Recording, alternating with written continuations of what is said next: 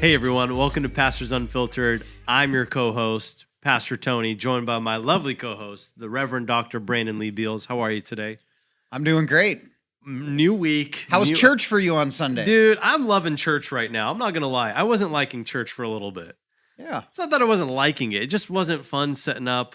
No AC, 4 p.m. The number one X factor for every church planner, for any of you that are church planners that are listening to this, when you get your first building, it feels real. You actually feel like we're a real church and I'm a real pastor. Yeah, waking up, going to the building, turning the light. I like to be the first one there. Turn on all the lights. You care about trash in the I do it all. Yard. I do it all. Yeah, you care about like nicks in the wall. Well, you care. Well, we're in Seattle, so there's always like lime scooters laying around on our lawn. So I gotta move lime scooters off like at 6:30 in the morning. I'm picking off lime scooters. I know. So not a lot of lime scooters in Mill Creek. Okay, and you were in Vegas last week? I went to the Raider game. It's the only Raider game that I'm able to go to that's a Sunday game this year. I'm going to go to the Monday night game. But okay, Monday night, I was going to say. Yeah, okay. And the Raiders were terrible. It was the worst I've ever seen an NFL team play. It was embarrassing. Every one of us Raider fans was embarrassed. When are you going to dust off the 12 jersey that you have? If the Seahawks start 8-0, I will dust. Once the Seahawks beat a team that's good. Okay. Then well, I mean, we got Monday night in Detroit next Monday. We're gonna do fine. Yeah, if they beat again Detroit and maybe a couple other teams, but like the Miami game, they're on Miami's third string quarterback. Like I have Tyreek Hill on my fantasy team. Tyreek Hill, arguably the best player in the NFL. Yeah, got 3 catches. Yeah, I was at that game. He had a terrible day. Yes. Yeah, it was a good game. You know what? I've kind of come to the conclusion I'm not one for NFL games anymore. Like I'll go in like September and August. I'm not going to go when it's 34 degrees out. It's just like who cares at that point? Yeah, it's not fun. No, I think it's not. Husky games, I'm willing to suffer through the weather. Partially because they're on Saturday and I can at least get warmed up for Sunday. But like after a long day of work, going to a Seahawks game in the terrible weather, fighting against all the drunk people everywhere, it's not really a way I want to spend my Sunday afternoon. I do want to talk about. There's a lot of things happening. Mariners season. Mariners just won today, 8-1, beat the Stros. They did. But it doesn't matter. They have 82 wins with 4 games left, which means it is impossible for them to hit 90 wins. Which means you lost our bet. I lost our bet. So for just a refresher, I predicted at the beginning of the season, Mariners were going to get 90 wins, 90 plus wins. And if I said this, if they get 90 plus wins, Pastor Brandon had to shave off his beard for 2 months. But if they don't get 90 wins, I have to grow a beard for 2 months, just in time for the holidays. Yes, I haven't grown out a beard in years. I don't know what I'd look like. Can we say that from this day forward, through the month of November, so you will start today? Yep, starting today. So today is October 25th. The way September through 25th. The end of November. You're going to give me an extra few Thanksgiving. days. To Thanksgiving. No, you're going to give me an extra few days. Why? Because I took time on my sabbatical to come back and help you land the Seattle building. I'm sorry, I got you. So that's my thank you for that. So we're going to go all the way through November. And during this time, once you have a full beard, we're going to do some trips to the barber where you get it trimmed and we'll do some reels and podcasts on that. I'm going to get it lined up. We will do a podcast at the barbershop while you're getting trimmed. All right. So I'm growing the beard. You like it? I'm going to get it lined up. I'm not going to look jihadi. I'm just telling you from now. It's going to get cleaned up. All right. You said it, Half not our me. audience understood that joke. So It's not the Hamas. Now, so you lost that bet, but now we shift into the Kraken night season. Okay, here so we go. I'm a huge NHL fan. You now pastor a church in Seattle, so you have to become a Kraken fan. I was a Kraken fan before. So why don't we do a bet on the Kraken in the Knights? No, the Kraken are not going to be good this year. We haven't drafted well. We had a terrible season. No, I don't want to. You have Shane Wright coming up. Anything's possible. What's the bet? I just want to do a bet on which team is better. I know Vegas is better. There's nothing to fight in this. How about not only that, but I'll spot you. I'll give you a 5-game lead. Okay. So I'll give you 5 games. Okay. So I'm going to spot you 5 games. 5-game lead. So the Knights have to be 6 games better Okay. than the Kraken. Okay. So is that a fair bet then? That's fair. Okay. What do we want to have the bet be? Something that because now I feel like a real pastor now that I pastor in the mornings on Sundays. Something that we'd have to do publicly to shame ourselves. And not like wearing a jersey. That's like rookie level Bleach stuff. your eyebrows? Can't do that. All right. Why don't you do this? For those of you that hear this, why don't you text Tony? Suggest? Yeah, make suggestions. Message us on our Instagram. Give us ideas of what we should bet on the Knights Kraken season. Why don't we do that? And we'll announce next week what it is. Okay, so the news. I've been reading the news, watching the news. Of course. A lot is happening. Where do we start? Do we want to start with kind of the big one? Which one? The one that involves parties, certain hours of the day? Diddy.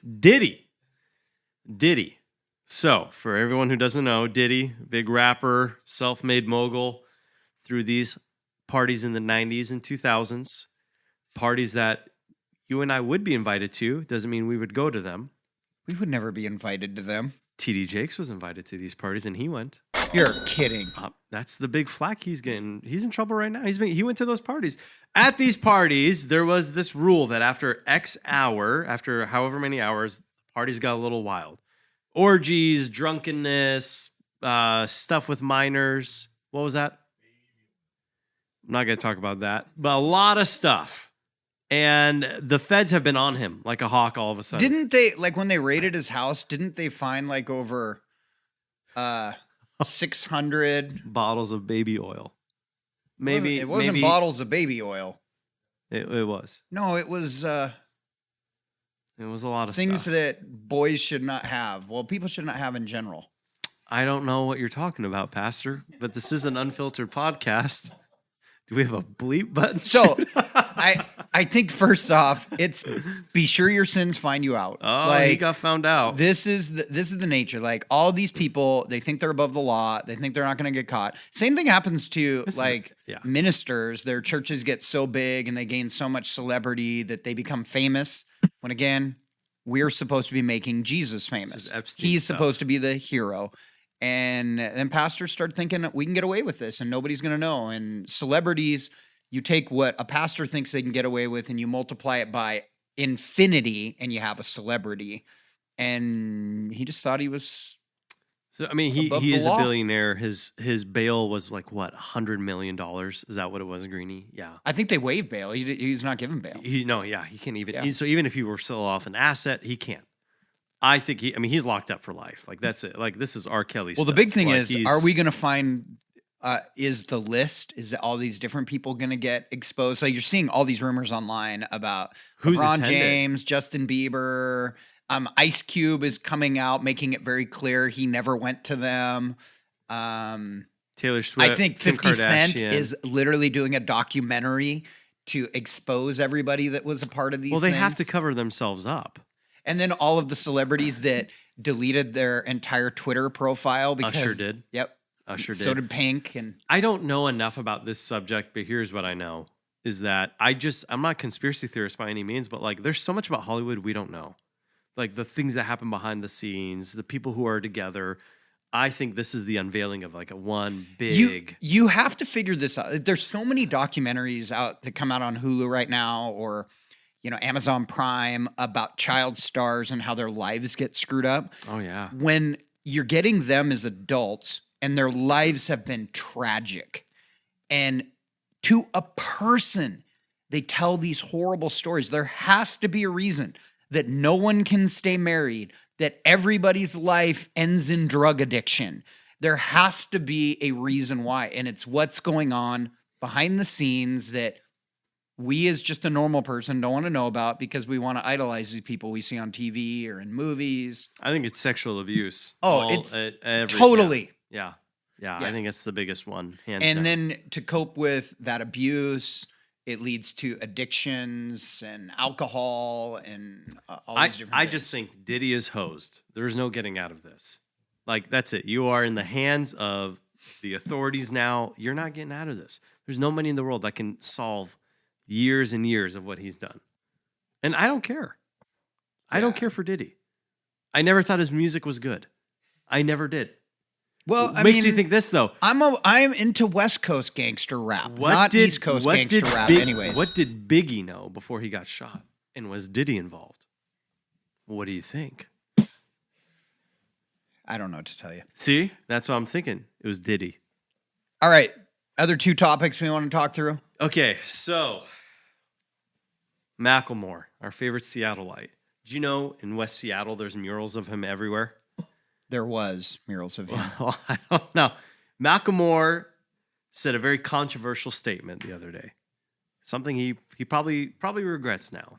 Yeah. So Macklemore has been in the celebrity culture, probably one of the loudest advocates for Palestine. And as a Palestinian, I've clearly shared my views a handful of times on the podcast about everything going on.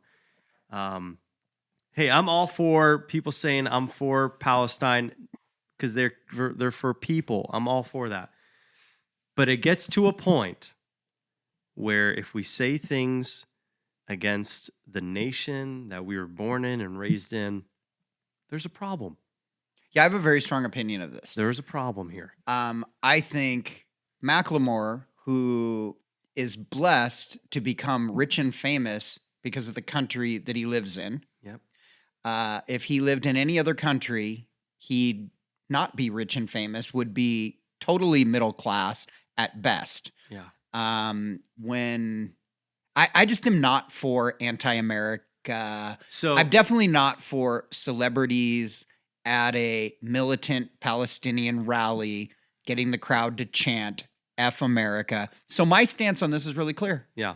I want my Seattle Mariners, as a Mariners season ticket holder, to do what they never should have changed from Louie Louie after the 7th inning stretch anyways. We loved Louie Louie. It was tradition. And they went to this Macklemore song. What was the name of the song? It doesn't matter. City can't. I don't like it. Why people love that song, I don't know why. They've been trying to force us to like it. We don't like it. Now we have an excuse to go back. So I think what the Mariners didn't want to do is shift back to Louie Louie months ago when the fans wanted them to, because then they'd have to admit they were wrong. But now they have an excuse to do it. But he's an investor in the Kraken, in the Seattle Storm. Isn't he an investor in the Sounders too? Or in the Sounders. And the Sounders. It's looking like it's going to go to court, but they're going to remove his ownership. I think so. He only owns it's sort of like Russell Wilson. They give these guys 1/10 of 1% of ownership just so they can say Macklemore is an owner of the I'm all Seahawks. for standing up and saying things, and I'm a Palestinian. I've clearly shared my views. I've clearly said I am pro-Palestine because, yes, like you're pro any other nation, I'm pro-people, but never at the detriment would I say something against the nation that my family, by the way, did come to find freedom, to find a new life where we were accepted as well. So, yeah, Macklemore, and we're given the freedom to get educated and make unlimited amounts of money. And it doesn't even take Palestine out of the equation. It could be any nation. You just don't say F America at a rally of any type after what this nation's done for you. One of the things that's fascinating for me about the anti-America crowd kneeling during national anthems and things like that, there's a side of me that understands why the people do it, whether or not I agree with it or not. But I travel around the world, and just about every nation that I travel to, they're proud of their nation. Like, I always leave the country thinking, wow, there's a lot of civic national pride. They're excited about their World Cup team. They're excited about their Olympic team. And we're the wealthiest, most free, influential country in the world. And it's full of people that we cheer on that are anti our country. There's absolutely nothing that says you can't move to Canada. Like, you don't have to live here. Like, but why do you live here? Because you have the ability to be free and make unlimited money here because of capitalism. Yeah. And the things so you got to think, the reason that they appreciate America, capitalism and freedom, which all of our veterans, gave their life for, and that's why you just can't disrespect it. So anybody that disrespects it, regardless if they're frustrated. And I think that the unfortunate He reality, should be kicked to the curb, Tony. well, there's grace. The unfortunate reality is patriotism has been tied to conservatism too much right now. So to be a patriot, to care for your nation, means you're a wildly right conservative, which we all figured out a couple weeks ago. I'm not a right-wing conservative. And now because of the podcast, people think I'm a crazy liberal. Because you told everyone I'm voting for Kamala. No, I didn't, did I? Yes. I just said I don't know who I'm voting for. You better not. I just said I don't know who I'm voting for. No, I have someone else I'm voting for. It's not Donald Trump or Kamala. But anyways, You're going to write in Judah Beals? I did that on my Snohomish County stuff a couple years ago. But anyways, the unfortunate reality is I think patriotism is too far tied to conservatism right now. So it's like you can't be a patriot without being labeled a right-wing XYZ. That's what bothers me right now. Yeah, it's pretty ridiculous, isn't it? You should just be able to say, I love my nation. Doesn't matter who I vote for. Here's the thing. I have lots of people in our church that politically are not aligned with me. They think differently than I do. Lots of people. In fact, I would probably say about 40% of the church, maybe 50%. I'd say 50. So, firmly 50-50. Those that are Democrat in our church, they still love our country. So it would be frustrating to me to have patriotism only be aligned with Republicans and anti-patriotism aligned with Democrats. It would be frustrating to me if I was let it be a on the Democrat, record again. because it's actually not reflective of the way most of them feel. No, and as a Palestinian, let it be on the record, I'm looking in the camera, we did not ask the crazy far left to pick up our cause. We didn't ask, it is weird. You didn't ask 40-year-old white women to take up your cause? No, I didn't. And it's weird as a Seattleite. I live in Seattle. I walk in the streets and I see Palestine flags everywhere by women who live a lifestyle that my people wouldn't also agree with, by the way. I know, isn't that amazing? And they're like, we're going to free Palestine. I'm like, how about you just stick to the local voting? Keep us out of this, because now we're tied to the crazy left. We can't win. No one can win. There's extremes. Hey. Diddy. This is all Diddy's fault. Tony, no grace. Tony, all we want to do is make Jesus famous. That's all I want to do. Let's just make Jesus look good. You like how Ross Johnson said at the revival night, our city's ran by libs with purple hair? Did you hear that part? At ours? Yes.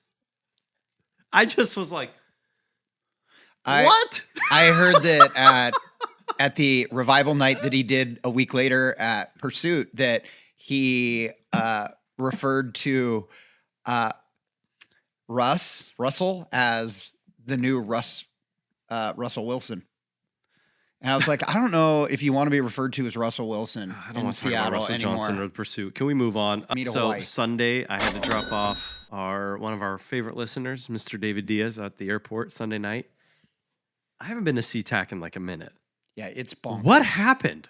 What in the third world happened to SeaTac? It's way busier. Part of it is everybody's going back to work, and the tech companies are calling everybody back into the office.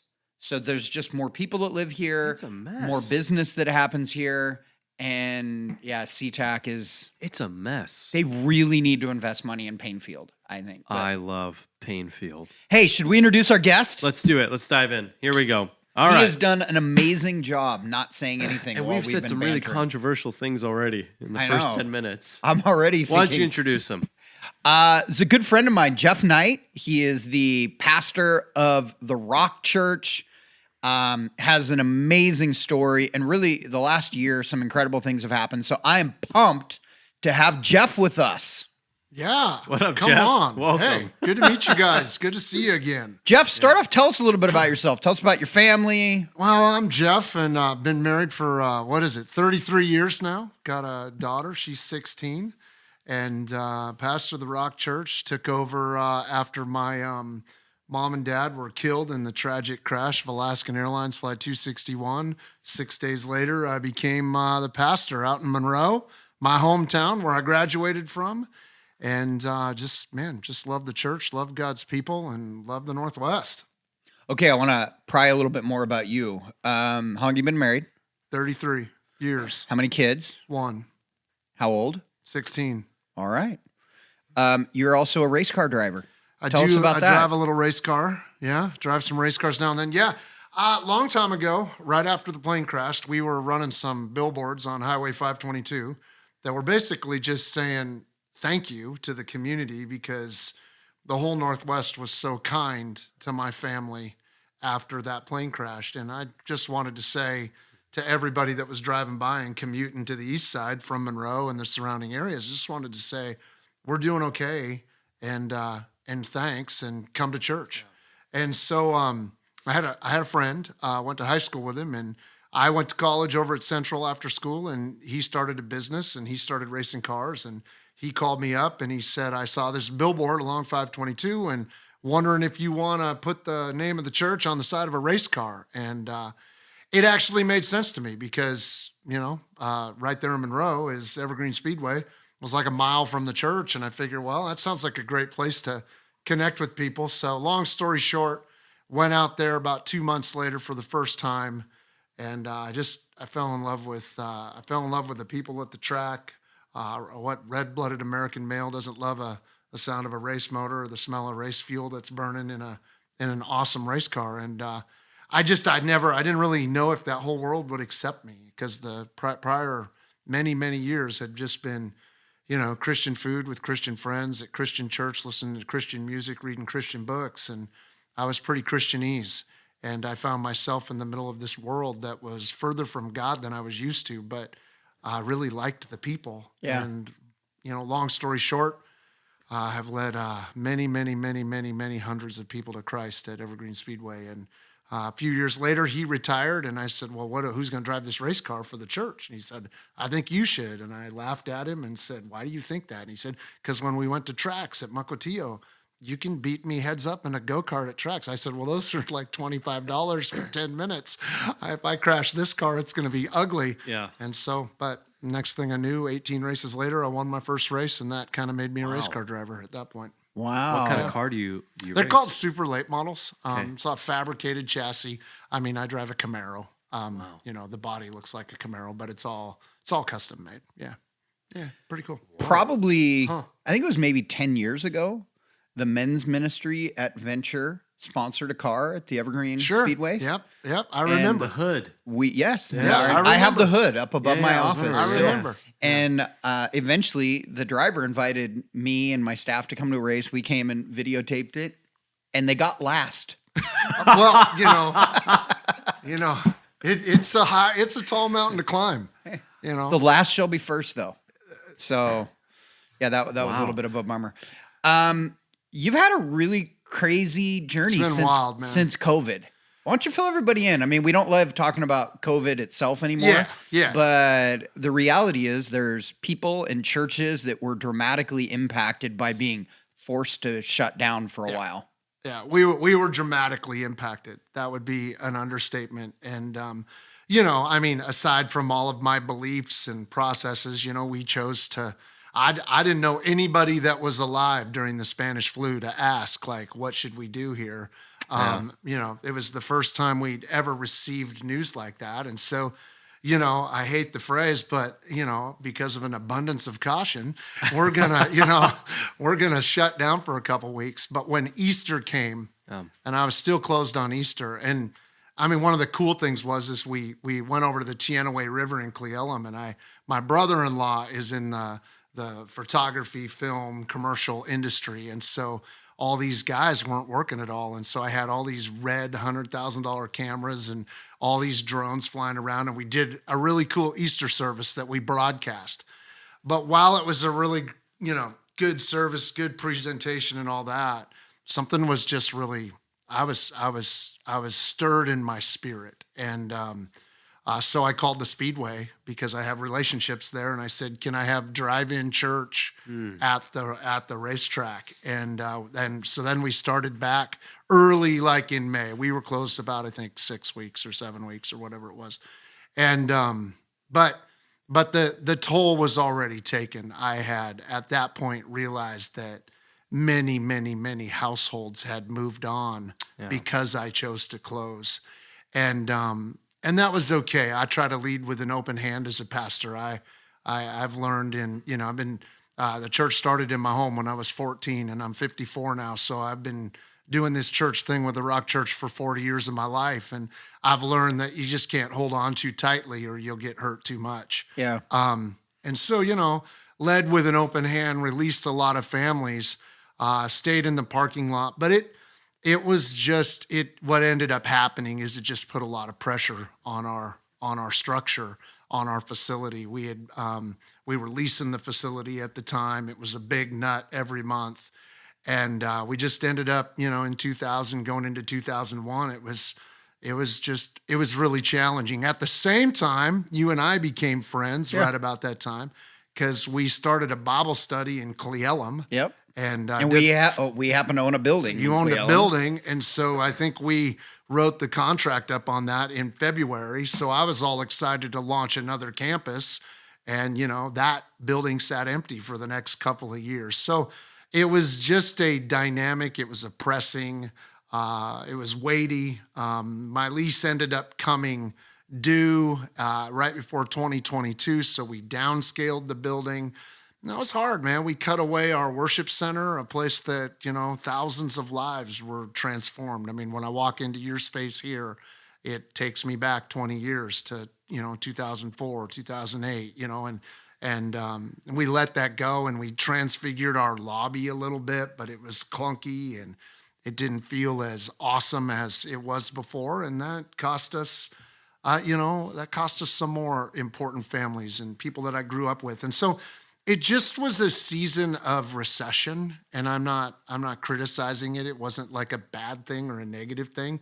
It was just something, we were processing. I was seeking God on it. And yet I had this new life in Cleellum that was birthing with this church over there. And then our building changed ownership. And when it changed ownership, the prior owners were always really willing to work with us, and we were always able to solve our problems. But the new group took a little bit harder approach, a little bit stricter. And about a year ago right now, when we're doing, so September of 23, it got to a point where I saw an impasse on the horizon. And I started meeting with our board about how would we approach this. And then literally at the first of this year, in about March, we started meeting with the church and just made a really bold move. We bought out our lease and said, we're going to move on May 30th. We're not going to press the nuclear option of Chapter 11. We're going to buy this thing out and we're going to set ourselves free. And whatever's next is going to be awesome. And so the building that, we built to suit, that we were in for 20 years, I drove by it the other day, and the Rock Church where the signs used to hang is still scuffed on the side of the old paint, and it's sitting empty. And while I have feels about that, of course, we went to the Everett Event Center, and ever since then, it's just been a completely different momentum. So go ahead. No, so you guys bought your lease, and you guys meet in Everett now? Is that what you said? Yeah. So as of 2 weeks ago, we're in Arlington. So I want to get to that in a little bit. It's the journey here, real quick. We have been on a really, really wild journey. So all I can tell you, and listen, I've been doing this I've been doing this a long time, and I have had seasons where the wind was at my back and I felt like I couldn't even miss. The thing I want to make sure that our listeners understand is this happening. This was not to a smaller church in our community. This was when I first planted Venture 20 years ago. The Rock Church in Monroe was one of the most influential, charismatic Pentecostal churches in the entire Seattle area. The profound story of your family passing away in that airplane crash and you taking over. I mean, we all knew the story. Right. Everybody knew the story of the Rock Church and knew about the influence of the Rock Church. And so I was telling our guys before you came, just that the impact that the Rock has had in our region over the years. So this is one of our, more significant churches in our region that this happened to. It's just a great reminder for all of us that the devil's trying to take us out. Yeah. That we have an enemy that doesn't like our churches and is going to try everything he can.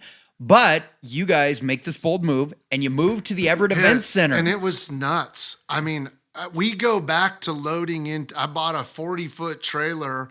We took our line arrays out of the ceiling, had carts built for them, and just started. We turned our whole thing portable and just started rolling in, sometimes on Saturday night, sometimes on Sunday morning, started prayer walking Colby and up and down the streets, you know, on Saturdays with people, and just said, you know what, if whatever this season is, we're going to just kind of use it to press a button of like the what's next button.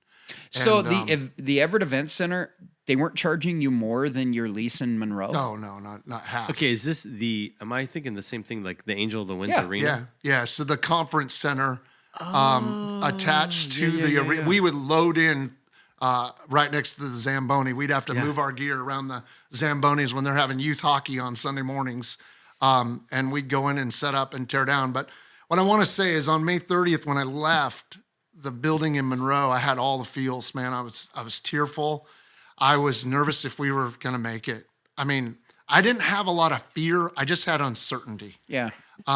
Because, when you got fear, all the bad stuff comes your way. Well, and also as a minister, I mean, we hold our churches like this, but we still have relationship and we have family and we love all the people 100%. and things. So you're like, all right, Lord, I'm going to be content with whatever happens because my life is in your hands, but I really do love these people in this place. So I get it. So I left that building. I drove by a little warehouse we were in the 90s. I drove by the house we lived in when the church started. And I drove by the building that my parents pastored in on the way out of Monroe. Like literally like 40 years of history. Saying goodbye. And I get to the edge of town and I got a trailer full of, I don't even know what I had, but it was from the office probably. And taking it over and putting it downstairs in the basement of our Cle campus. And the Holy Spirit, like the Lord was just very evident. It won't be long and it'll be in the fall. Wow. And I'm like, whatever that means, Lord, that's great. I'm preparing for an 18-month to 2-year season of setting up and tearing down. And we haven't done that since my parents planted the church when I was a kid. And so I'm just trying to gear the teams up, gear the people up. So there's a lot of uncertainty. And so tell us about your first great. service at Angel of the Winds. So did you have all of the old church planner anxiety? Is like, anybody going to show up? How is this going to work? Are people going to know we're at? Did you deal with all that? I dealt with all of is the parking going to work? They have to walk a lot farther. They got to walk down a sidewalk. This parking lot's closed and they'll fine you if you, like, it was like worrying about how clunky is because when you own your own building, what is it, 50 yards to the front door? Like, but this is like, I mean, people are going to walk blocks, some of them. So that part I was nervous. I had, all that nervousness, but, the team was ready to go. And the group of people, we'd had some banquets before, kind of getting our minds right of what this is going to take. And honestly, people showed up in mass and we had great church and, it was really cool. Some city officials were there, got touched by God, that were invited as special guests, and it honestly started growing. Like new families started showing up, families with an Everett zip code, and I did say goodbye to several families those next couple of weeks. They sent me emails and didn't like doing the drive. Proximity is a lot in our churches, and that's okay. I'm not mad at them, But yeah, and then, 1 week led to the next week. And then we had a week we didn't have, it was rented. So we went to Carleton Farms and set up a bunch of bouncy houses out in the front yard and put everybody in the barn there and kind of did acoustic worship. And it was great too. One of the things people talk a lot about, if you go to church growth conferences and you read all the same books and I've seen all the same seminars I've been to, and everybody always talks about parking. I think parking is not as dramatic of an impact for churches in Seattle as it might be other. People are just used to having to park and walk to stuff around here. Yep. And so what happened for you in Everett, I think is an example of that. Yeah. And one of the things that they don't they don't teach you about is really how resilient your people are. Yeah. And yes, we invest a lot into our buildings when it comes to money and time and excellence and passion. And I just have been really reminded of in the last 6 months just how resilient God's people are, that God's presence will show up in a barn. He'll show up in an event center. He'll show up in a church we built, parking lot if necessary, you know. And that's the beautiful part that the Lord's really allowed me to get reacquainted with, if that makes sense. In our 20-year history, this is the 20th year of venture. In our 20-year history, we've moved 8 times. So this right now, this building is the longest that we've ever been in any one location.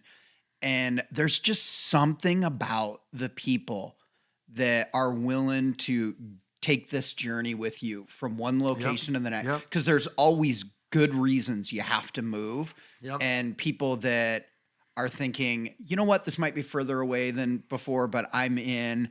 It's amazing how those people become your chosen family. Yeah, 100%. Yeah, 100%. Yeah, and I'm seeing that even again now when, you know, we go from Monroe to Everett, and then a couple weeks ago we go from Everett to Arlington. I mean, Google Maps, it's 30 minutes from the front door of our Monroe campus to the front door of this new campus. So you and I have had this developing friendship since we met after COVID, and we have a lot of like, I would say our hearts are similar. We're both charismatics and both care about the area and things like that. So as we've been developing this friendship, you'd been really honest with me about how challenging the Monroe situation was. And then you kind of had a renewed fire, I would say, with Everett, but it's still, you were gearing up to, and by the way, in this meantime, you've bought the building from us in Cle Elum. Yeah, so that's one thing that's crazy is the Lord, I'm leaving, May 30th, we move out. 3 days later, I have a meeting with one of our faithful donors in our church, and him and his wife tell Melinda and I, we just feel like we want to pay the mortgage off in Cle Elum. And so, like if I'd have received that check like 5 months earlier, like you'd have wasted it on rent. Exactly. And so the incredible component was that was like a sign. Yeah, God's saying, I got you. I got you, and this is going to get stronger than you believe. And I don't want to miss that here because I'm not pretending for 1 second that I orchestrated this figure. I had to make some big, bold moves in this journey, but the Lord showed up in ways that was so evident to me, like maybe it wouldn't speak to everybody, but I needed it for my confidence. So then we close on the building with you on June 30th. And then a month later, I'm sitting in a house being offered this next opportunity that is going to close not far from now. So you're in Everett thinking, wild. I'm going to be in Everett for a while. I'm going to be at the Angel of the Winds for a while. Yeah. And now you're in Arlington and you're telling the story of how you got there. Fill us in on how God led this. Okay, so you have to catch this, and especially pastors have to catch this. It is important for us in certain situations to walk slow. And I'm a go-getter. Like I'm put a vision in my hand. I'm the herald. It doesn't say walk slow with it. It says run with it. And yet there will be some moments where God directs us to really order our steps. And this particular situation is, I don't want to miss this part because of Arlington. So 3 years ago, 2021, somebody in my church sends me a YouTube video of the service at Jake's House Church. Now you need to understand, Jake's House Church, I'd sent some people there over the years, so I knew of them. I knew of them being a revival type focused church. I knew that many of the people were out of the, Benny Perez, Marysville First revival of the 90s that we all experienced to some degree. And so, but I didn't have any relationships. There was no relationships. I did not know the Kippens. I didn't know. But I was sent this video, and for whatever reason, You probably get sent a lot of videos of people, of messages, services. For whatever reason, I watched it. And all I heard the Lord say is go to that family and just care for them. I didn't even really know what happened. I just watched this service, and it was just heart-wrenching. And we're all one generation. I didn't have the Kippens phone. I have Keith's phone number, but we're probably one generation, one phone call away from having any pastor's phone number amongst the pastors. And so I made one phone call, and I called him up and I said, "Hey, this is going to sound really weird. I saw a video of your service a couple weeks ago, and I just want to have coffee with you." And so we met in Arlington, and I just sat down and I just said, this is my question to Keith Kippen for 3 years when I see him and meet with him. How is your heart? And is there anything I can do to help? And that coffee led to another lunch, and then it led to Keith and Carmen and Melinda and I having a lunch. And then one time they were going to their friend's church in Spokane, and we met in Ellensburg, and this is over like a 2-year period. My mom was a tremendous prophet in the Northwest, a tremendous speaker and communicator, and she would suffer a lot of persecution for being a woman preacher. The same arguments that seem to crop up every revival season crop up right now. And so I'm sitting with Carmen, and Carmen is sharing, and she's weeping. And I don't remember what she said, but I remember how I felt when she said it. Because I remember feeling my mom in the same anguish. And Melinda and I just built a friendship with them as they walked through what they're walking through. And I try not to talk about it. It's their story. It's not my story. I didn't know them then. I didn't know the church then. But over time here, that relationship bloomed more and more and more to just being friends. And so in July of this summer, I'm at high school rodeo finals in Wyoming with my daughter. My daughter's a high school rodeo participant. Oh, wow. And so we're at the national finals rodeo, and I'm looking for buildings on LoopNet because we're week to week in Everett, and I'm always going to be curious as to what is available. And it looks like up off of I-5, there's a church called Life Church 360. Yeah. And it looked like on LoopNet that church was for lease. Now, I don't know them. I don't have a lot of relationships with the guys in the north end of Snohomish County.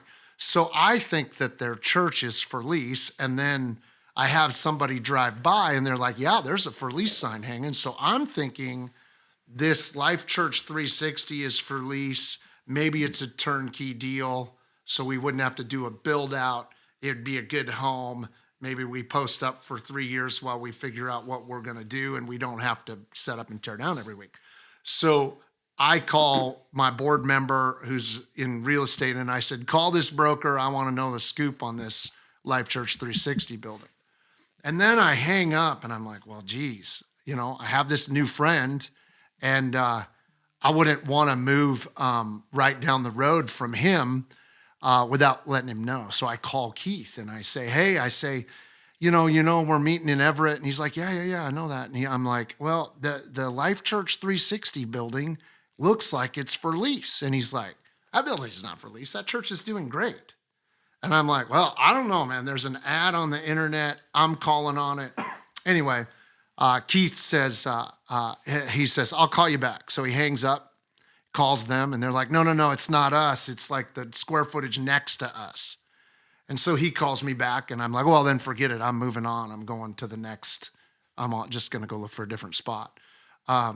In the same phone call, he says, hey, can we meet for lunch later this week? And I'm like, well, I'm in Wyoming, so it'll have to be the end of the month. So anyway, we get together and go over to their house, Keith and Carmen's house. And again, same conversation that I've had with them for the 3 years that I've known them. How's your heart? And is there anything that you guys need, or is there anything that you want that Melinda and I could help you with? Just because the journey that they've been through is just, man, it's excruciatingly painful. And there's real people on the other side of all of the things on both sides of this thing. And it's awful and it's terrible. And so I just was trying to just be a good friend more than anything. And I'll save what was said right in the next moment, because he said to me, he said, well, what would you, and these last couple years as things were playing out, like Carmen and I really like you guys, and what would you guys ever want to do anything? And I said, no. I said, that's not how this relationship is built. I said, it's always built on us asking you what you need. And that's when he said, I'd like you guys to pray about pastoring us and giving the Jake's House Church family a home church to go to and buying the building from us. Whoa. And so were they stepping down? So they are stepping down. Okay. And they are taking a sabbatical. But their hope and their dream and their desire, as Keith and Carmen Kippen, is to be restored and to have, to go into the next season and journey in their ministry and strength, and look back on these last 3-4 years as for what it is. It was not awesome. It was excruciating and grueling, and really take the encapsulation of all their years. I mean, Jake's is 17 years old, and come back and be a part of the church after their sabbatical and help and serve people in any way. And they're going to go on and start a missions organization that's going to help young revivalists launch and plant churches, and that's kind of their future. And I'll let them speak to that. But anyway, that led to me sitting down with my team and saying, do you want to kind of walk down this path? And so we started walking down this path together, like right at the beginning of August. And it's really been a Holy Spirit, God-led, powerful dynamic of really, two churches really blending into one church. And yet, it is the Rock Church, and it's super clear about, the Rock Church name and the Rock Church culture. But, I want to be a Elijah when he takes care of I was reading in 1 Kings 17, him going to the widow for food and then performing that miracle. The rabbis taught after that miracle, when that story became real, was that it was the task of the one hosted to care for the well-being of the host. And it was the task of the host to feed bread to the one that was being hosted. And so that's how I would characterize this, is that it's the Rock Church's, our responsibility to care for the well-being of these people. They're good people. They're awesome. And it's the responsibility of the Jake's House family to provide food. And so, and yet here we go. We're going into week 3 this Sunday, and I'm still figuring a lot of it out as I go. But it's been nothing short of beautiful and really incredible. So the people that you were meeting with you in Everett have moved with you now to Arlington, and your two churches have merged. Yep, they've come and together, become the Rock Church. Yes. Sounds very familiar, doesn't it? I'm week 4 in a merger. Literally, so, same thing happened for us with our Seattle building. Yeah. That's how, but it's been nothing of. Well, we can exchange some notes later about what works and what I find myself wanting to charge, and I feel like the Holy Spirit slows me down and said, you got into this walking slow. You need to keep walking slow, and you need to just be sure of every step that you take. And yet what I'm experiencing when we're together as teams and as the church body, it's just it's heaven. It's God's glory. It's really incredible. Yeah. Obviously, church mergers are becoming more normal now, especially, again, with the impact that COVID had on churches around America. Lots of recommendations for churches to merge. So people that might be listening, that might be considering this is going to be really pragmatic, practical, this question. So you have the Rock in Everett, you have Jake's House in Arlington.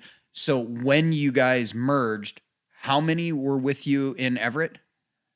We were it was summertime, so there's a little bit of temperance to that. But I mean, we were solid 250 active at that point. And how many were still at Jake's house? I have all kinds of different numbers. I don't really know. Okay, over 100. Yeah, probably right around 100. Okay, so you merged these two things together, and it's been going on for 3 weeks. And where is it at now? It's about 350. So everybody stayed, pretty much. Everybody stayed, and here's the crazy part: there are tons of new families. Yeah, and it's a massively growing area, and we're 3 weeks in. Well, that was one of the things I went out and had right there at the exit. There's Buffalo Wild Wings, and I'm sitting at Buffalo Wild Wings, and I don't know. I just looked up, and I'm like, "There's Best Buy, and there's Target, Lowe's is there," and I'm like, "Wait a minute! I'm surrounded by Dick's Sporting Goods. I'm surrounded by these national chains, and I'm literally 3/4 of a mile from them." I'm like, "I'm not in the industrial park of Monroe anymore. This is a whole different. Yep, it's a whole different animal up there." And so I was going to say excited. I'm really blessed for the opportunity. I got to be honest with you. This journey this year has literally reminded me of God's faithfulness. He's reminded me of his call way back when I was a junior in college along the Yakima River in Ellensburg. Reminded me of all these things, and it's been powerful. And so it's a privilege. It's awesome. I mean, I'm thrilled, and at the same time, I'm just walking slow so I can take it all in and love people well. It's just an amazing reminder that you and I remember the days when, and Tony would too, when we were called into ministry. Yeah. And I always talk about that call to ministry is, Jesus, I'll go anywhere and I'll do anything. Yeah. And, we say that, but we have this expectation of what's going to happen. And then you walk through it, and ministry is just tough. And there's so many things that are out of your control, and people are messy when you work with people to begin with. And for as much as pastors, we're used to people transitioning from our churches. Yeah. It hurts every single time. It never doesn't hurt. Yep. It hurts when you feel like your church is treated like somebody's coffee shop. Yeah. That like, oh, this coffee shop is closer, so I'm going to start frequenting there. And there's relationship and all that. And you go through all this, and you're like, Jesus, are you there? What's going on? Yeah. And the whole time God is like, man, I've got a plan that this thing is going to unfold, and you would never been able to do this yourself. Yeah. You wouldn't even have been able to predict that you guys would be if you told in the me former Jake's house building. If you would have told me it was going to happen, I would have told you, no, that's not even that. Like I would have said, that can't happen in that timing. I mean, literally, we were going to go from leasing and building. You went from Monroe to Arlington. And Cle Elum is over 100 people a week and a paid off building. And it all is happening like in the same calendar year. Yes. And it's blowing my mind. And yet at the same time, it's really just reminding me of the promise. Like that, you've done this decades. Tony, I don't know how long you've been doing. I've done this for decades. Like this is my whole life's work. 30 years since I got ordained. And I look back and I'm like, man, I can remember the heights of the mountains and I can remember the depths of the valleys.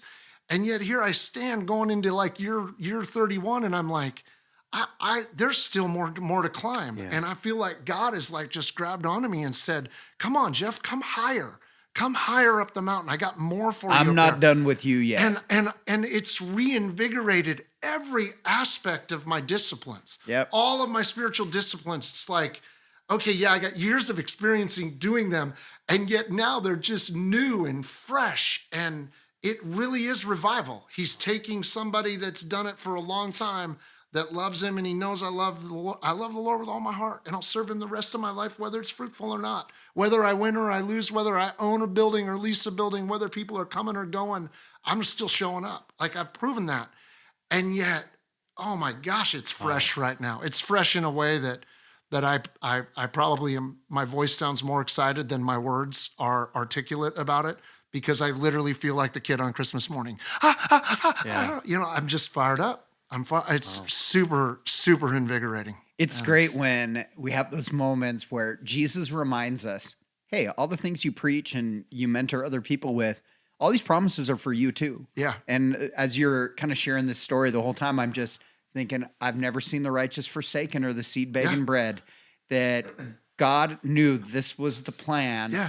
When you guys were wrestling through, what do we do with Monroe? God is like, man, you just wait until this thing plays out. Well, and so here's some of the crazy God things. So Jake's House started September 16th, 2017. And it was 17 years to the day that he handed it off. And that aligns with Keith and Carmen's calling, like the word that God gave them, like to the day. Like we started there, the blend took place September 15th, the day before day one of the 18th year, which aligns with that. And then this other part is, if my team and board, and honestly my church, because I had this big banquet and I was in the middle of this massive decision to buy out this lease. It was massive.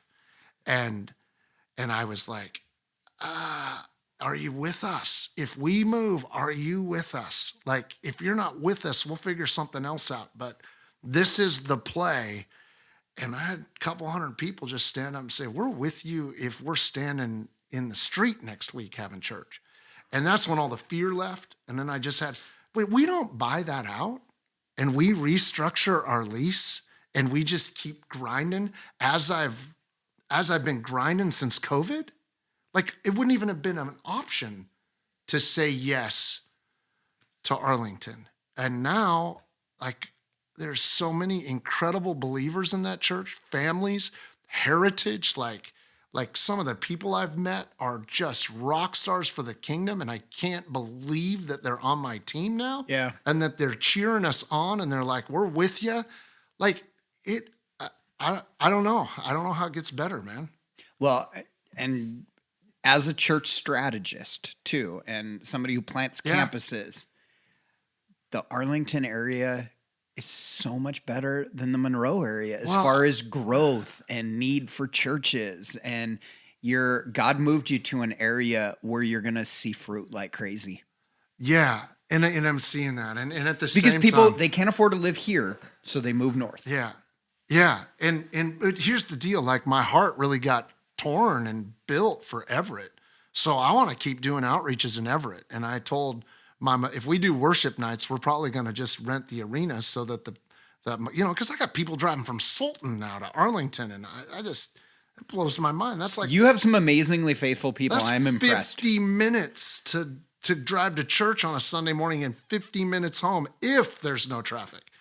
And so I feel incredibly blessed. And and Monroe's my hometown, and I'll always be a son of that city. And I got the keys to the city. And there will always be a Rock Church well in Monroe. And I told him, I said, let's just, if we make a run at this for a couple years and get something really solid up there, we'll just launch another campus. We'll launch a third campus. We'll come back down to South County. And they're all like, yeah, let's do it. So it's a wild, wild time, but it's a time that with a big exclamation point, I just know God is with us. Yeah, God is good. Yeah, it's awesome. This is an amazing story. It's been an amazing journey. I think the biggest thing I would hope people would learn from this is just because stuff gets tough, don't quit. Come on. Stick with it. If one of the things that I've always tried to teach people is if God isn't saying anything new, go back to the last thing God said and do that. And the last thing God told you was pastor the Rock Church. Yeah. And you pastor the church, not a location. Yeah. And I'm going to take care of these details. Yeah. Boy, I'll tell you what, though. But we sure want to quit the whole time. I can sure speak to the pastor side of this, man. Our egos and our what we builds and that, man, we get caught up in that. That stuff I had to break some chains there. Like I had some soul ties to that location. Now I say, why did I fight for it so hard? I mean, gosh, I could have cut it loose years ago. And I don't feel like it delayed anything. I just know that I needed that pressing. I needed that oil to come out of that season where I just had to let go of, in my mind's eye, what I thought what I thought God had said, and walking in this where he's opening all the doors and he's making the deals happen and things are coming together by his grace. I can't even explain how amazing that is. Well, it has been fun to kind of watch this journey from kind of the sidelines a little bit and cheer you guys on. And I want to say, man, you always answer the phone when I call you, and I've really needed it the last 5 years. If there's been some moments, I mean, since that time, and I appreciate the honor that you gave the heritage and the legacy of the Rock Church, because I'm still here because of what God called me to do that week after my parents passed. But man, I have doubted myself at times, and I've doubted, if I should remain and keep going and keep struggling. And I just want to say thank you for picking the phone up, because I've called you sometimes when, I didn't know who else to call. And I know I'm walking in a season because of the faithfulness and because of the endurance. And I tell people all the time, I just think that I was born for adversity. And when things get adverse, I tend to be able to really step up. And this has been a season that's tested me right down to my knees at times, and hopelessness, like, I don't know what we're going to do here. But man, I just want to say to anybody, the reward is sweeter than you can believe. Yeah. And he is so, so faithful. So. And the future looks great for the Rock Church. It does, man. It does. The Rock Church is healthy and strong. I got incredible leaders. I got a whole bunch of new leaders that I don't even know all their names yet. Trying to figure out who everybody is. And but they're a beautiful family, and I honor the Jake's House legacy, and what they went through is grueling and terrible and should never happen and must never happen again. And yet God will even take that ash heap and build again. And that's what he's doing. Yep. And so I'm grateful for the opportunity to be a part of it. Yeah. We're teaching through Genesis, and Genesis, I shared with our church multiple times that Genesis is about redemption. It's not about creation. It's about God's plan for redemption, and God is redeeming everything. This is a story that you've shared of redemption. It's redeeming the Rock. It's redeeming your ministry, your parents' ministry, the Kippens' ministry, Jake's House, all of these people. It's pretty beautiful. And that's what the gospel's about. Yep. Awesome. Yeah. Jeff, thanks for being here with us. Tony, do you want to blitz him me. with our 3 questions for a guest? Yeah, so we, real quick, rapid fire, we ask every guest these 3 questions. What are you listening to? What are you reading? And what are you doing for fun? What I'm doing for fun is I got a cattle ranch, and I started a beef business with the extra time on my hands. Rather than getting frustrated and sitting alone in the dark, I started a beef business. And so we had a calf just a couple nights ago, so I pulled the calf out and got it feeding and got it nursing on its mom, and that's pretty fun. What am I?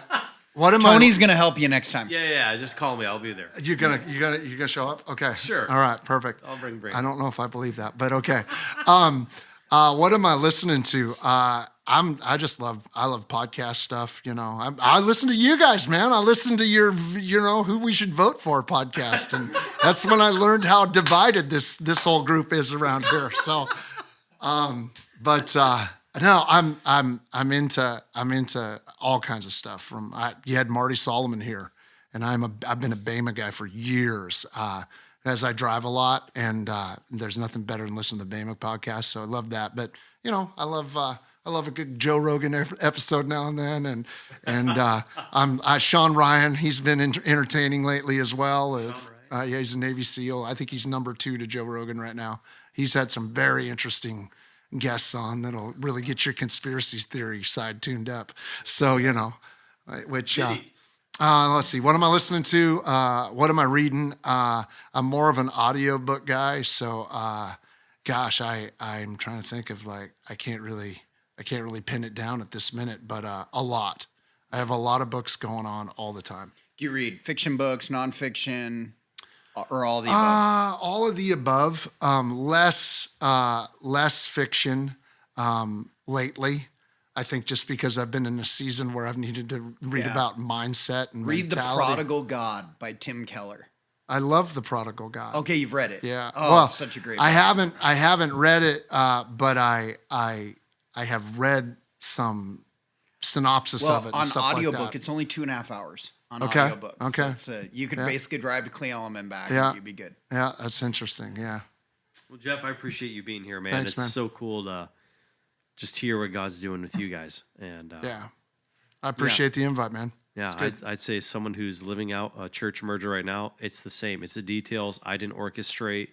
I couldn't have opened these doors. Like God had to do it all. So Yeah, that's how I feel. yeah. Well, thank you for being here, man. Yeah, absolutely. Hey, we appreciate it. Thank you so much for listening to us today. Don't forget to give us 5-star reviews on Apple and Spotify. Once again, thank you so much to the faithful 200. You are faithful every single week. We love you guys. We'll see you next week. Pastors Unfiltered. Don't forget. Jesus is the hope of the world. Let's make him famous. Raiders roll.